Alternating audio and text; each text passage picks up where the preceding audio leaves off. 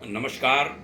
भाग्योदय विचार प्रवाह श्रृंखला के 103वें 103 चरण में आपका स्वागत है, अभिनंदन है। आज रविवार 15 मई 2022 दूसरे शतक में चल पड़ी यह श्रृंखला। 100 के ऊपर हम लोग आ गए। उधर दैनिक चल रही है, वह 500 की संख्या आज हो चुकी है। धन्यवाद सहयोग देने के लिए। आज का विषय लेता हूं महाराज विक्रमादित्य के बारे में। हमारा भारतवर्ष दुनिया का प्राचीनतम राष्ट्र है। यहाँ के राजाओं को ईश्वर तुल्य सम्मान मिलता रहा है। ऐसे ऐसे राजा हुए हैं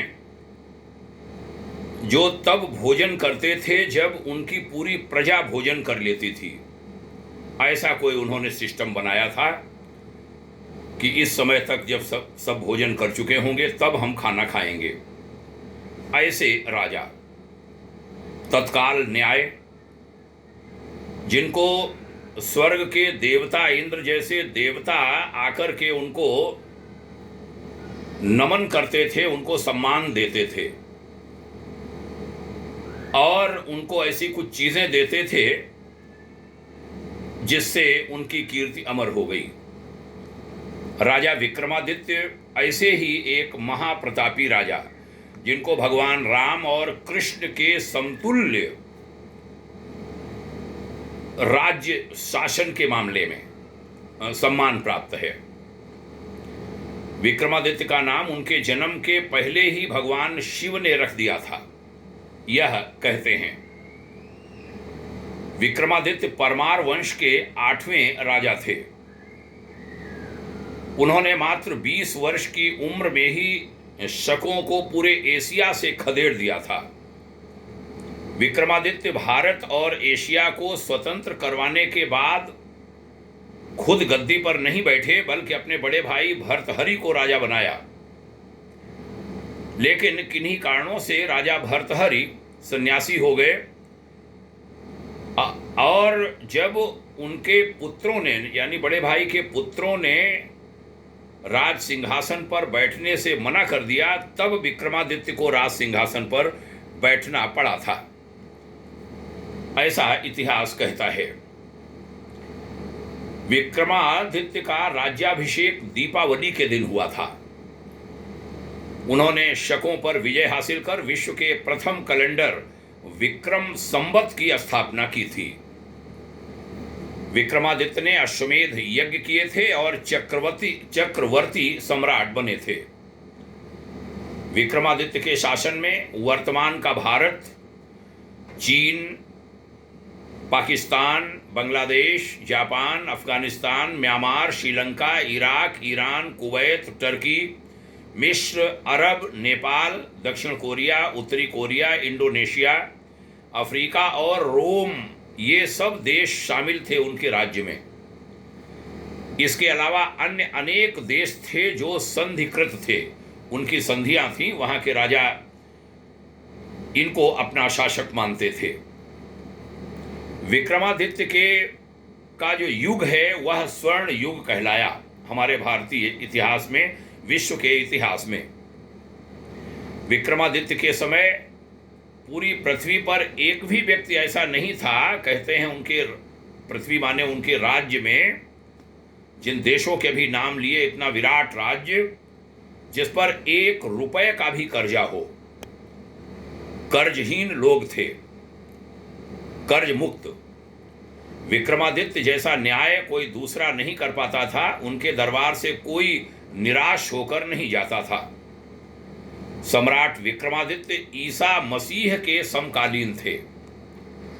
कहते हैं विक्रमादित्य ने ईसा मसीह के जन्म के समय अपने दरबार से 2 ज्योतिषी ईसा मसीह का भाग्य जानने के लिए भेजे थे। विक्रमादित्य ने रोम के राजा जूलियस सीजर को युद्ध में हराया था। उनको बंदी बनाकर उज्जैन लाए थे और उज्जैन की गलियों में घुमाया था। विक्रमादित्य के न्याय से प्रभावित होकर देवराज इंद्र ने उन्हें 32 पुतलियों वाला सिंहासन भेंट किया था, जो 1100 वर्ष बाद उन्हीं के वंशज राजा भोज को मिला था। उसको कहते हैं सिंहासन 32, इसी के मारे उसको कहते थे। विक्रमादित्य के आगे सिकंदर तो बौना था। विक्रमादित्य ने उज्जैन में महाकाल का मंदिर बनवाया था, अयोध्या में राम जन्मभूमि और मथुरा में कृष्ण जन्मभूमि का निर्माण सम्राट विक्रमादित्य ने कराया था। विक्रमादित्य तब तक भोजन नहीं करते थे जब तक उनकी पूरी प्रजा भोजन न कर ले। विक्रमादित्य ने ही नवरत्नों की भी शुरुआत की थी। कालिदास और बराह मिहिर विक्रमादित्य के ही दरबारी थे।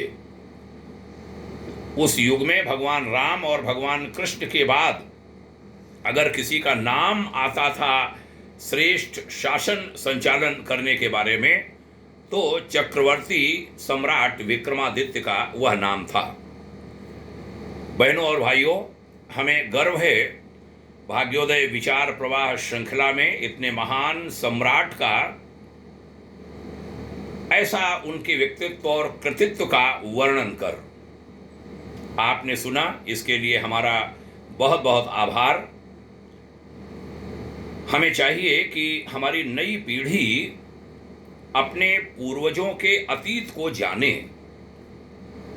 दुर्भाग्य से उनको गुलामी काल की शासन व्यवस्था पढ़ाई गई है और मस्तिष्क में ऐसा भर दिया गया है कि हमारे जो पूर्वज थे वह पराजित योद्धा थे, हारे थे, भीरू थे, डरपोक थे, कायर थे, ऐसा उनके भरा गया है, जबकि ऐसा था नहीं।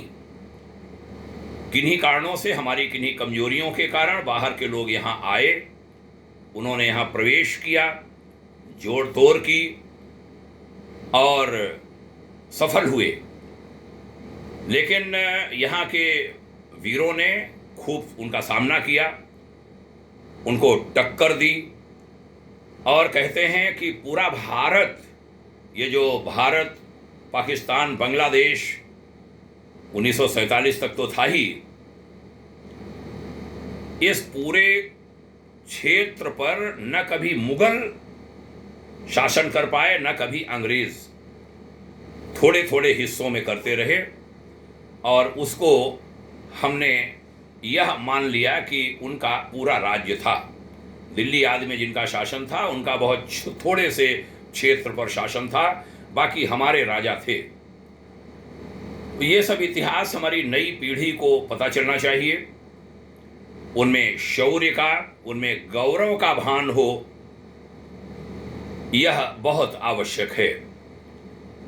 आइए, भाग्योदय विचार प्रवाह श्रृंखला की ये जो कड़ियां हैं, जो पीछे की भी कड़ियां हैं, 102 कड़ियां, उनको भी हमारे पाठक, हमारे जो श्रोता हैं, वह थोड़ा पीछे खंगा लेंगे, YouTube में जाकर के देखेंगे। जो उपयोगी लगें उनको लोगों तक पहुंचाइए, उन तक पहुंचाइए जिनके आप शुभ चिंतक हैं, जिनका आप भला चाहते हैं। उनका कल्याण होगा, सबका कल्याण होगा, हमारा उत्साह बढ़ेगा। भाग्योदय फाउंडेशन आप सभी के मंगलमय उज्जवल भविष्य की कामना करता है। आप सभी का अभिवादन करता हूँ, प्रणाम करता हूँ। उज्जवल भविष्य की ढेर सारी शुभकामनाएं। ओम शांति।